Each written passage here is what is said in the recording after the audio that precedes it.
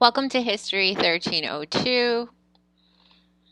Today's lecture is over Reconstruction, and we are going to be talking about a very specific time period, which is 1865 through to 1877. We'll begin today by going over our chapter objectives. The first thing we're going to do is describe the changed world of ex-slaves after the Civil War. Then we'll outline different phases of Reconstruction. We'll go through Lincoln's plan for Reconstruction, and then make our ways over through to presidential Reconstruction and congressional Reconstruction. After that, we'll explain how Reconstruction evolved at the individual states level. And then when we're all done with this lecture, we will evaluate and understand the relative success of Reconstruction. So, before we begin, I know we said Reconstruction. We'll get to all of that in a little bit. We'll talk about what Reconstruction is and the different goals attributed to it. But before we get into that, I wanted to start off by showing you guys this photograph of, some of the destruction that was left behind after the Civil War. One of the things that I love about history, especially photographs like this, is that, if it weren't for telltale signs such as, the clothing and the style that these gentlemen are wearing and stuff like that, we really wouldn't know. If we were looking at a photograph of something that took place either, after the Civil War or World War One or World War Two, uh, because there's something that is hauntingly similar about photographs like this, and that's the destruction that's left behind, in the wake of wars. And the Civil War is no different. Okay, so I want us to start out by talking about how the Southern way of life completely collapsed after the Civil War. Okay, so we are talking about, obviously the economic consequences of the end of the Civil War. But it's not just that. Major cities, were reduced to rubble, and I mean literally, we're looking at it right here. Cities like Charleston, Atlanta, Richmond, right? Major cities are reduced to, crumbs like this. The other thing as well that I want you to consider before we even start talking about Reconstruction and what it is and what it means to be free and all of that, let's also, pin this up, right? Because the abolition of slavery drew economic life to a standstill in the South. Okay. All signs of economic life disappeared, and we're talking about banks and all kinds of businesses closed.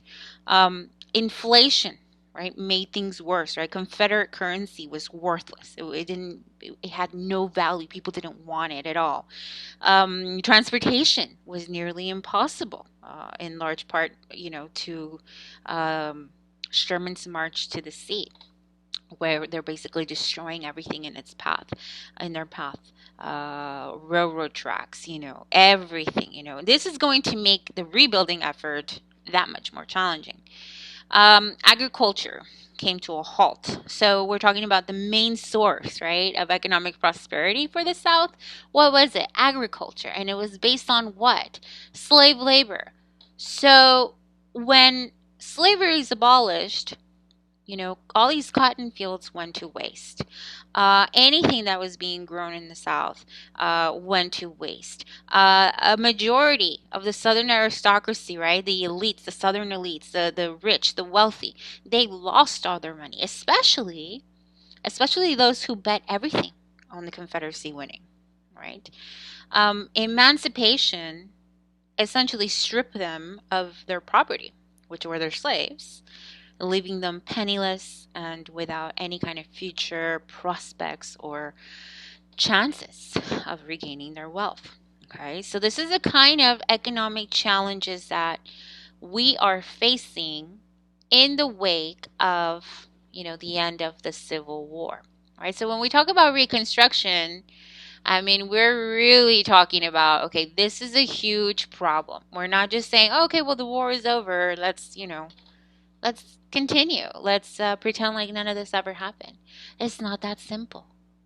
In addition to that, we're talking about the social consequences of the end of the war. And what are those? Well, let's start off by talking about how the institution of slavery was all Southerners knew. It was a way of life. It's where they got their customs from and traditions that were passed down through several generations of families. In the face of defeat, many Southerners were defiant. They blamed the government for their misfortune. They blamed anybody else that they could except for themselves. And so, what does that mean? What are some of these economic and social problems that we're going to be facing during Reconstruction process? Does it simply mean that, the war is over and we can resume back to, going to how things were before? We can't, because we're talking about major economic problems. We're talking about major social problems. How do we incorporate millions of former slaves into American life? And so, before we even get started with what Reconstruction is and the challenges of it, I wanted to kind of paint the picture here. Okay, because this is what makes Reconstruction so difficult, so challenging, so nearly impossible to achieve. And when we're done with this lecture, that's exactly what we're going to talk about. Did they achieve what they set out to do? Yes or no? So let's talk about some of those Reconstruction challenges. And so here's the thing, right? We talked about the different economic ways that the South is devastated by the war. We talked about the different social ways, right? I mean, everything, culture, tradition, the way that people are supposed to behave in public. And by people, I mean blacks and whites, right? All of these things were learned behaviors, that goes back all the way to the colonial period of the United States. The fact that they had a slave population defined how you should behave in public, right? And now that the war is over, all of those things are kind of like in the air. Okay, so if you were a slave before the Civil War, right, and you're walking across the street and you see a white man walking, in the opposite direction towards you, what do? Do you move out of the way? Or, do you bump them or what? You're a slave. You move out of the way, right? Because that's what you learn to do. And as maybe a slave owner in this society, maybe you learn that, slaves were meant to move out of your way as well.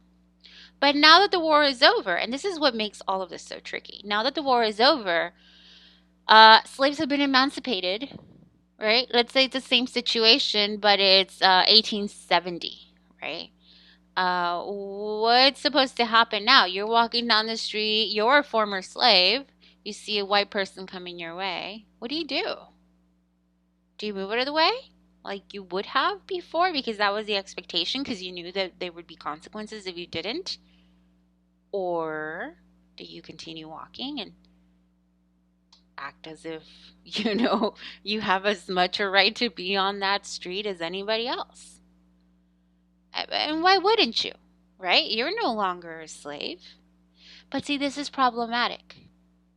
Because in that environment where people are used to behaving in certain ways and are used to seeing other people behave in certain ways, when these changes come, and they come, very quickly, not everybody's going to be happy about it.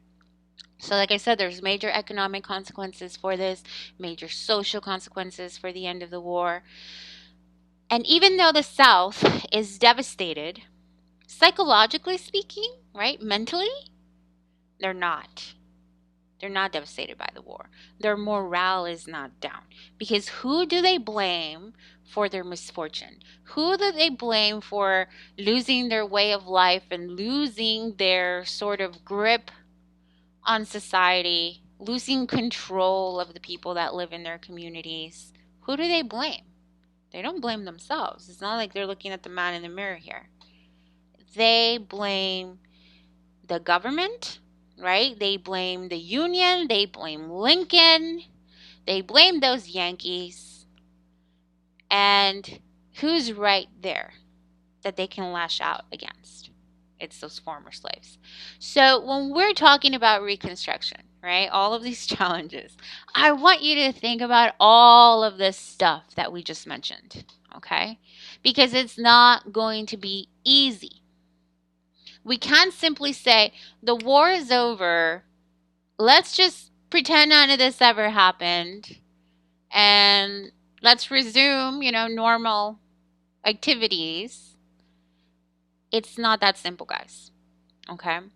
So the challenge is enormous as it is, but it's multifaceted, very complex.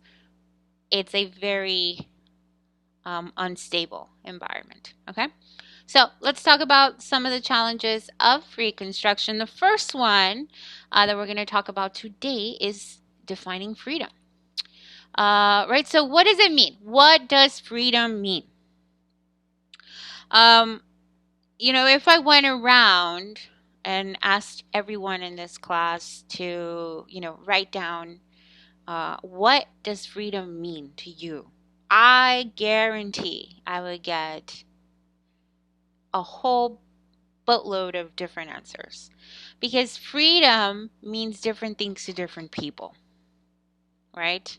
I mean, just look around us today, right? I mean, oh God, I don't even want to get into it, right? Like the whole mask thing. But what does freedom mean? What does it mean to you? And the thing about that is different people have different meanings for freedom, right? It was never more evident before, and it continues to be a very relevant issue today. But, as people attempted to figure out what to do, with the idea of emancipation, I want you to also remember that depending on who you were, freedom could mean different things. For example, right? If you were a former slave owner, right? Maybe if you're a master, maybe you just wanted it to mean lack of slavery. Okay, that's it. It didn't mean that okay, so I just can't have slaves anymore. That doesn't mean that former slaves have the same rights or protections or citizens like me and you. Maybe it just means that you can't own slaves anymore, period.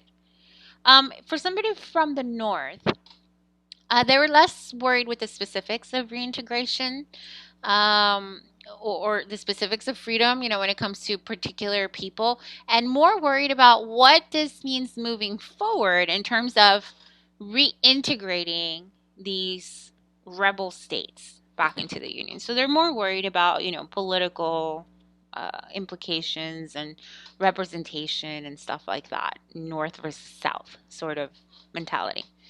And then again, if we're looking at it from a former slave's perspective, if you were a slave, uh, did you want equality and opportunity, or would you be okay with just not being a slave? Would that be satisfactory? Is that enough? Or would you want the same rights and protections and opportunities under the law? So, anyways, going back to this definition of freedom, the other thing as well is, freedom was not immediate, right? As people attempted to figure out what to do, many wrestled with the idea of emancipation. So, by no means did freedom come swiftly or in a sudden move. There's a lot of different reactions going on here. And for some Southerners, even refused to accept the idea of emancipation, while yet other, slave owners refused to free their slaves until some kind of formal legislative action. So they're waiting for official laws to be passed to force them to free their slaves. There's a lot of confusion. There's a lot of different reactions going on here. And to make matters worse, we're talking about also the complexity of these master-slave relationships. Okay, believe it or not, some even refused to leave their masters due to feelings of loyalty. Um, you know, very what's the oh gosh, it's very complicated stuff. Think like Django, right? Like Samuel L. Jackson's character, right? He's a slave, but his loyalty is to Monsieur Candy.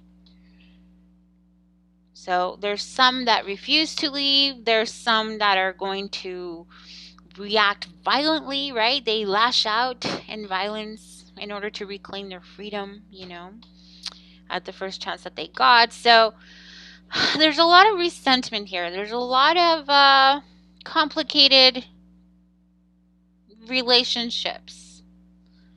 And the other thing as well, is that some of them didn't want to go.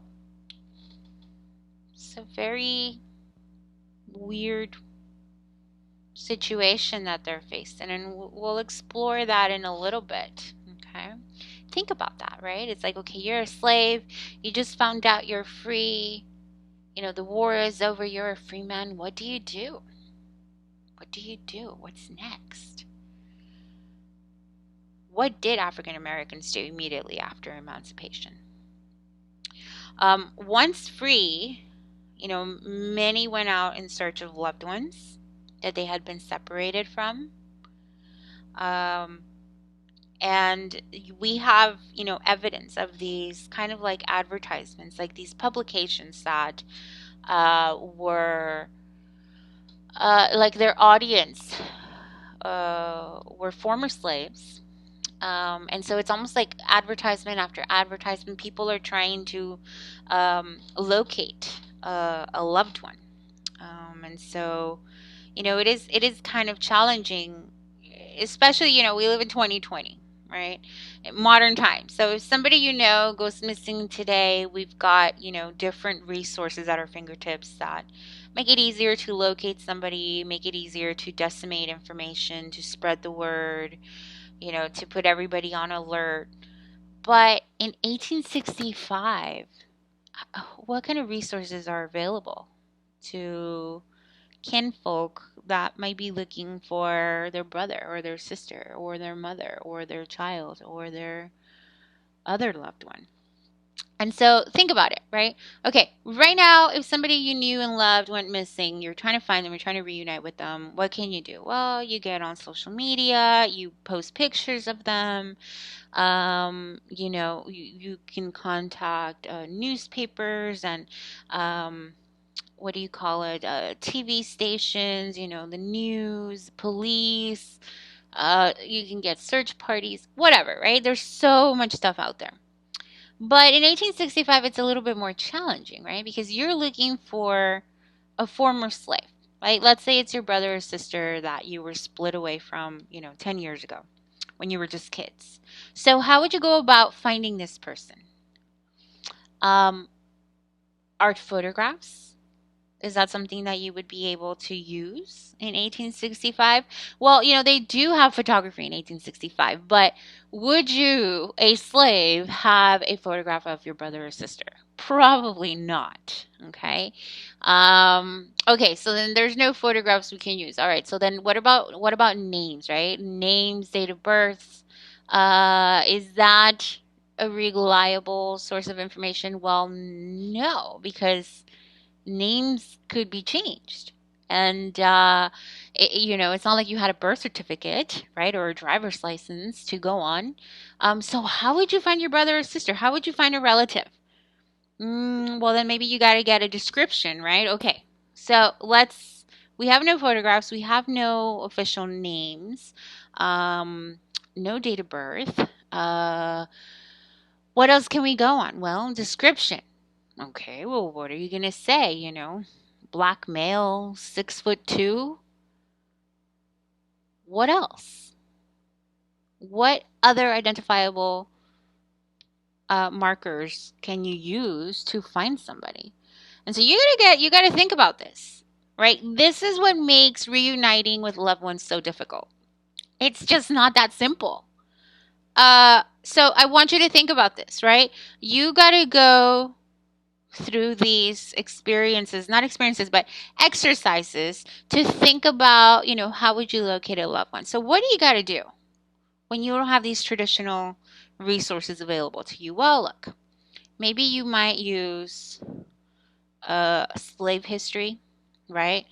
Your brother was sold to so and so out of, this county and that state. And prior to that, he belonged to this person out of this county and that year. You know, that would be pretty unique to somebody. As far as physical appearance, what can make one 6-foot black man different from another? Well, many would think of maybe physical scars, mm, amputations, missing limbs, branding, things like that. So, what we're talking about here is just a lot more dark than simply, oh, well, we're going to reunite with lost loved ones. Um, the Freedmen's Bureau is another very important part of, life for former slaves after the Civil War. Obviously, reuniting with loved ones is one of the number one priorities. If they can, they will leave the South. They will try to find somebody that they are looking for. The building of these Black communities are incredibly important. As slaves, a lot of them, even though they weren't blood family, they took care of each other. They were like family. They looked after each other's children. They took care of one another. And that is something that's going to continue in the years after the Civil War. And at the center of these Black communities is the church. So, religion is very important to these folks as well. But the Freedmen's Bureau is an agency, it's a government agency that is designed to help um, provide food, clothing, and education for former slaves.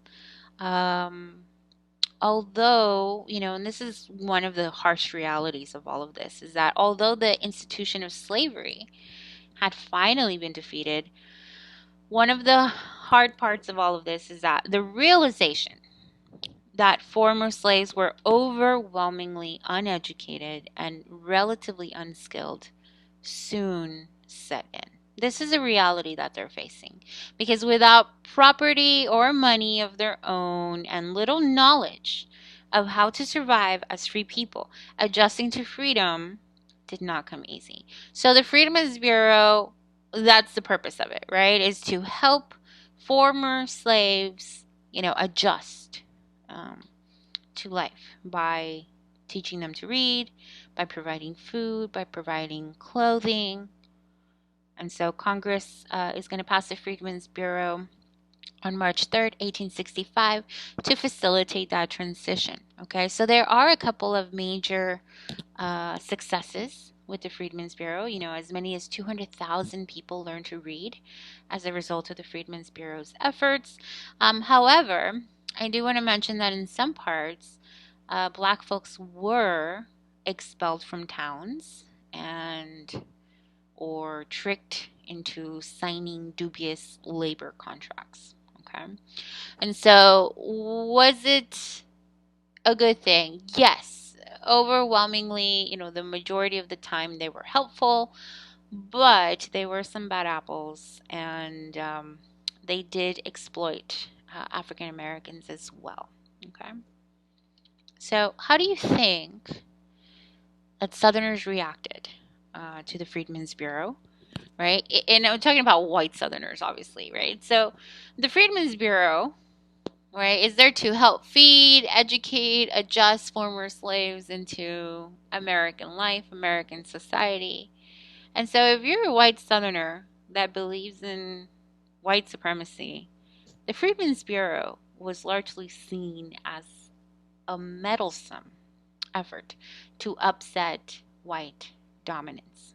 Okay, and so some of the ways that Southerners reacted during this time is by putting in what are known as black codes.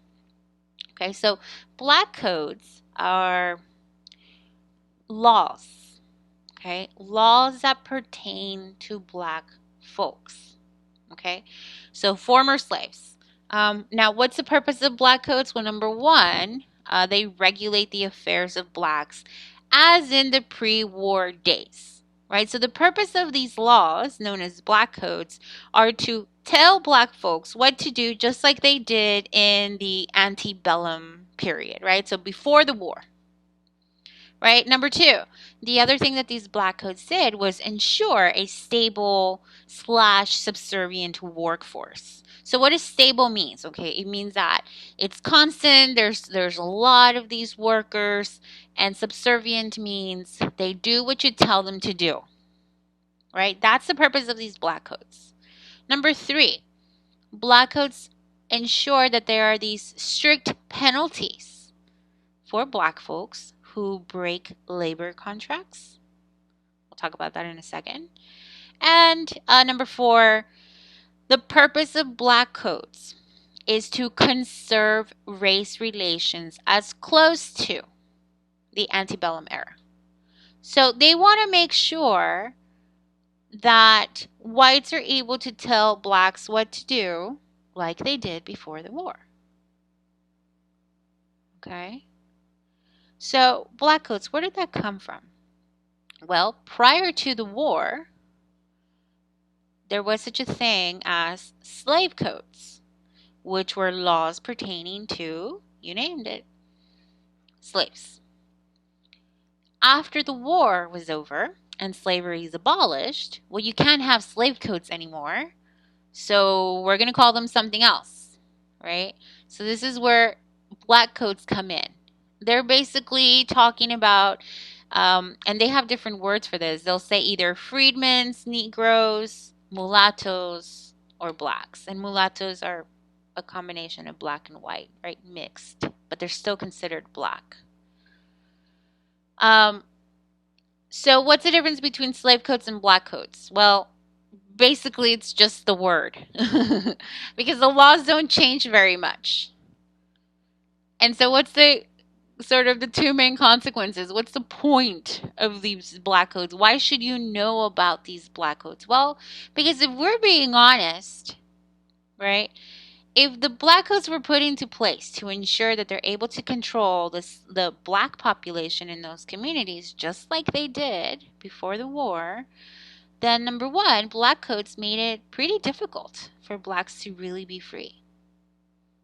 Especially when those laws tell them where they can and cannot work, where they can and cannot live, who they can and cannot marry, things like that.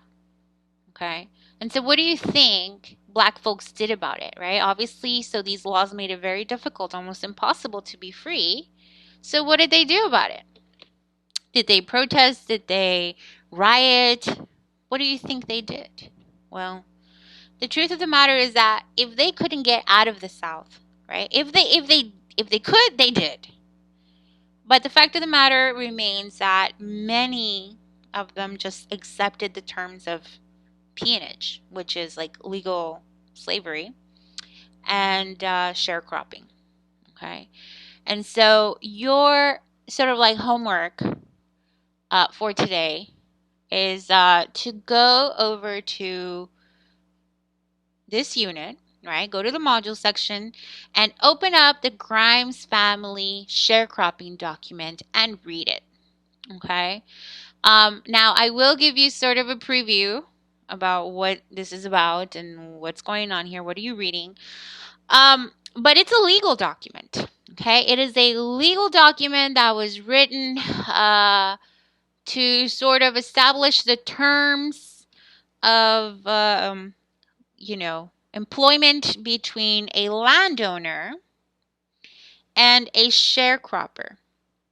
So the sharecropper is a person that's going to work on the property right? Slavery is no more.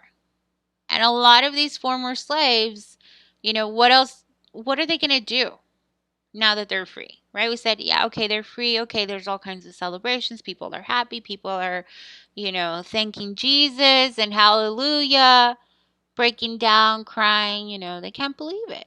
But then when reality sets in, it's like, okay, well, what are we going to do though? Like for real? Where are we going to go? What are we going to do for money? How are we going to make a living? Because remember, these guys, these people, former slaves, they have no money, no property, no resources, no contacts, nothing. And no help, no assistance, right? So, what are they going to do? How are they going to now make a living for themselves? And so, one of the major, I don't want to say it's an opportunity, but one of the only options that they have in this environment in the South after the war is to work as sharecroppers. So many of them are going to go back to work on those same plantations where they used to be slaves. Now they're the landowner, former owner, whatever, or maybe two farms down the road or whatever. And so I want you to read that sharecropping document. It's not an easy read, but I want you to read it and let's see how well you understand it. Okay? And so I want you to think of this. I want you to think of any time that you downloaded an app, right, on your phone or whatever device, and it's like, okay, do you accept, our terms of, use and whatever policies? How many times have you actually read what you just agreed to? Maybe, I can probably count the times that I've tried because it's like, what? Who cares? All right. I will tell you this. I did recently, not like during this quarantine stuff. I did read the one for like Wish, the Wish app. And whoa, I was like, okay, I'm deleting this app right now. So if you have it, maybe you might want to reconsider. But anyways, I want you to think of that. I want you to think of every time you downloaded an app and you said, yeah, sure, I agree to this without even reading it. And then I want you to read the Grimes family sharecropping document. Okay. And there's a little quiz I want you to do after that. I think it's only like 2 questions. Make sure that you complete that by the end of the week. And I will be posting another lecture for you guys to finish off the rest of Reconstruction. So be looking out for that and email me with any questions that you might have, okay? For now, that's going to be it from me. I hope you guys enjoy the rest of your day, and I'll catch you on the next one. Bye-bye.